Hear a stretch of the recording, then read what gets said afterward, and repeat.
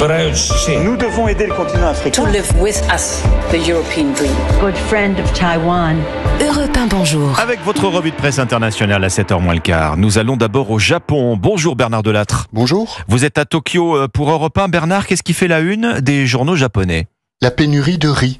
C'est la conséquence à la fois de mauvaises récoltes dues au réchauffement climatique et du nombre sans précédent de touristes étrangers visitant le Japon qui a fait s'envoler la demande, explique le quotidien financier Nikkei.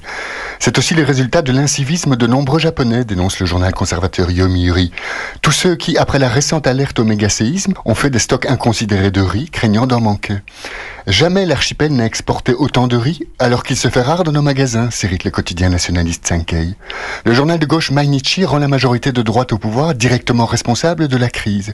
Pendant des décennies, écrit-il, elle a réduit d'autorité les surfaces agricoles dédiées à la riziculture pour éviter une surproduction, donc la chute des cours, de moindres revenus pour les agriculteurs et le mécontentement des campagnes.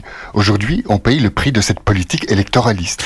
Nous sommes aussi en Inde ce matin avec vous, comme Bastin. Vous êtes à New Delhi pour Europe 1. Alors qu'avez-vous lu dans la presse indienne ? Des loups tueurs d'enfants qui sèment la terreur près de la frontière avec le Népal. Au moins 10 personnes sont mortes et de nombreuses ont été blessées, dont plusieurs enfants, suite aux attaques d'un groupe de loups affamés dans 35 villages de l'Uttar Pradesh, liste Time of India.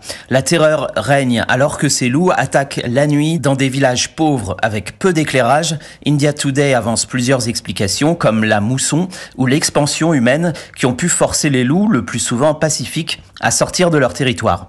Les autorités ont déployé des chasseurs, des drones et des pièges pour attraper cette meute sanguinaire. Les loups qui ont été capturés ont été envoyés dans un zoo, car au même titre que les tigres, il s'agit d'une espèce protégée en Inde, rappelle Indian Express, mais plusieurs continuent à attaquer les villageois malgré les moyens déployés. Merci comme Bastin, merci à nos correspondants.